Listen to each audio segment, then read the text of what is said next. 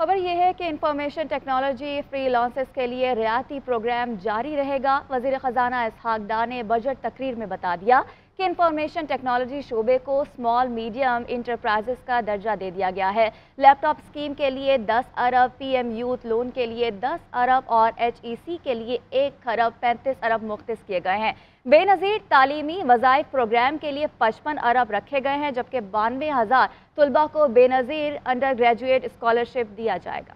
Free lancers اور information technology کی برآمدات بڑھانے کے لیے مراد کا اعلان۔ لیپ ٹاپ اسکیم کے لیے 10 ارب، ایچ ای سی کے لیے 1 ارب 35 ارب مختص، بے نظیر تعلیمی وظائف پروگرام کے لیے 55 ارب روپے رکھے گئے ہیں۔ وزیر خزانہ اسحاق ڈار نے بجٹ پیش کرتے ہوئے انفارمیشن ٹیکنالوجی شعبے کو اسمال میڈیم انٹرپرائزز کا درجہ دینے کا اعلان کرتے ہوئے کہا کہ آئی ٹی خدمات پر سیلز ٹیکس کی موجودہ شرح کو 15 سے کم کر کے 5% کیا جا رہا ہے۔ فری لانسرز کو $24,000 تک سیل اینڈ رجسٹریشن اور انکم ٹیکس سے استثناء اور فری لانسرز کے لیے single page income tax return کا اجرا کیا جا رہا ہے۔ آئی ٹی برآمدات کو بڑھانے کے لیے انکم ٹیکس کی 0.2% رعایتی شرح 30 جون 2026 تک جاری رہے گی۔ کاروباری ماحول میں آسانیاں پیدا کرنے کے لیے $24,000 تک سالانہ کی ایکسپورٹ پر فری لانسر کو سیل ٹیکس رجسٹریشن اور گوشواروں سے ایگزمپٹ قرار دیا جا رہا ہے۔ وزیر خزانہ نے بتایا کہ آئی ٹی کمپنیاں برآمدات کے 1% کے برابر سافٹ ویئر اور ہارڈ ویئر بغیر کسی ٹیکس کے درآمد کر سکیں گی۔ ان درآمدات کی حد $50,000 سالانہ مقرر کی گئی ہے۔ پی ایم یوتھ لون کے لیے 10 ارب روپے رکھے گئے ہیں۔ وزیر خزانہ نے کہا کہ اسکول، کالج اور پروفیشنل کھیلوں کے لیے 5 ارب، خواتین کی خود مختاری کے لیے 5 ارب روپے رکھے گئے ہیں۔ بے نظیر تعلیمی وظائف پروگرام کا دائرہ